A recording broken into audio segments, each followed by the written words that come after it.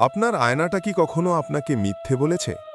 এই যে জাঁকজমক, প্রতিপত্তি আর আগলে রাখা সংসার, আপনি কি নিশ্চিত এগুলো শেষ নিঃশ্বাস পর্যন্ত আপনার থাকবে? আজ এমন এক দিগ্বিজয়ী রাজার গল্প শোনাব, যার হুঙ্কারে একসময় পৃথিবী কাঁপত। কিন্তু জীবনের শেষ স্টেশনে দাঁড়িয়ে তিনি এমন কিছু চেয়েছিলেন, যা শুনলে আপনার শরীরের লোম খাড়া হয়ে যাবে। ইতিহাসের পাতায় সেই রাজার ছিল বিশাল এক সাম্রাজ্য।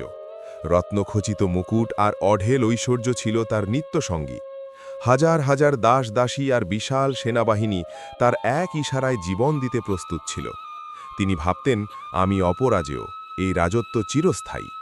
কিন্তু নিয়তি যখন দরজায় কড়া নাড়ে, তখন মুকুটের জৌলসও ফিকে হয়ে আসে। হঠাৎ এক মরণ ব্যাধি তাকে গ্রাস করল।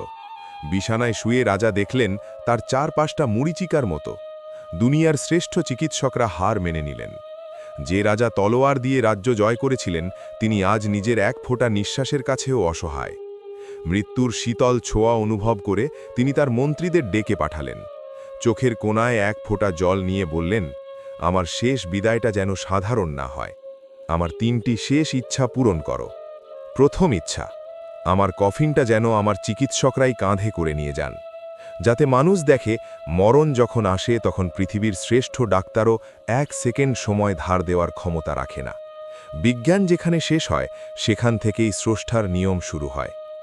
দ্বিতীয় ইচ্ছা, কবরস্থানে যাওয়ার পথে আমার সারা জীবনের অর্জিত সোনা দানা আর মণিমুক্তা ছড়িয়ে দিও, যাতে জগৎ দেখে যে সম্পদের জন্য আমি দিন রাত লড়াই করেছি, আজ বিদায় বেলায় সেগুলো স্রেফ পথের ধুলো ছাড়া আর কিছুই নয়। মানুষ যেন বোঝে টাকা দিয়ে বিলাসিতা কেনা যায়, কিন্তু পরকালের শান্তি নয়। তৃতীয় ইচ্ছা, কফিনের বাইরে আমার 2টো হাত খালি অবস্থায় ঝুলিয়ে রেখো, যাতে এই পৃথিবী দেখে এক বিশাল সাম্রাজ্যের অধিপতিও আজ শূন্য হাতে ফিরে যাচ্ছে। কিছুই সাথে নিতে পারেনি, কেবল গুটি কয়েক নেক আমল আর মানুষের ভালোবাসা ছাড়া। সেদিন পুরো রাজ্যের মানুষ ডুকরে কেঁদেছিল। তারা দেখল, যে রাজা পুরো পৃথিবী জয় করতে চেয়েছিলেন, তার নিথর দেহটা আজ মাত্র 3.5 হাত মাটির নিচে আশ্রয় নিচ্ছে। আমাদের জীবনটাও কি ঠিক এমন নয়?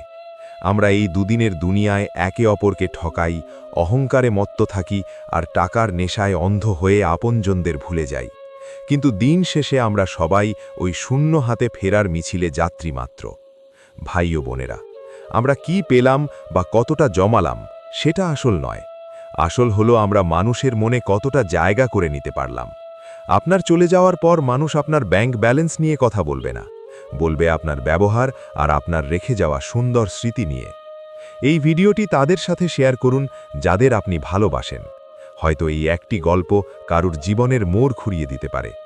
আমাদের সাথে থাকুন হৃদয়ের গহীনে পৌঁছানোর মতো আরও কিছু সত্য জানার জন্য। ধন্যবাদ।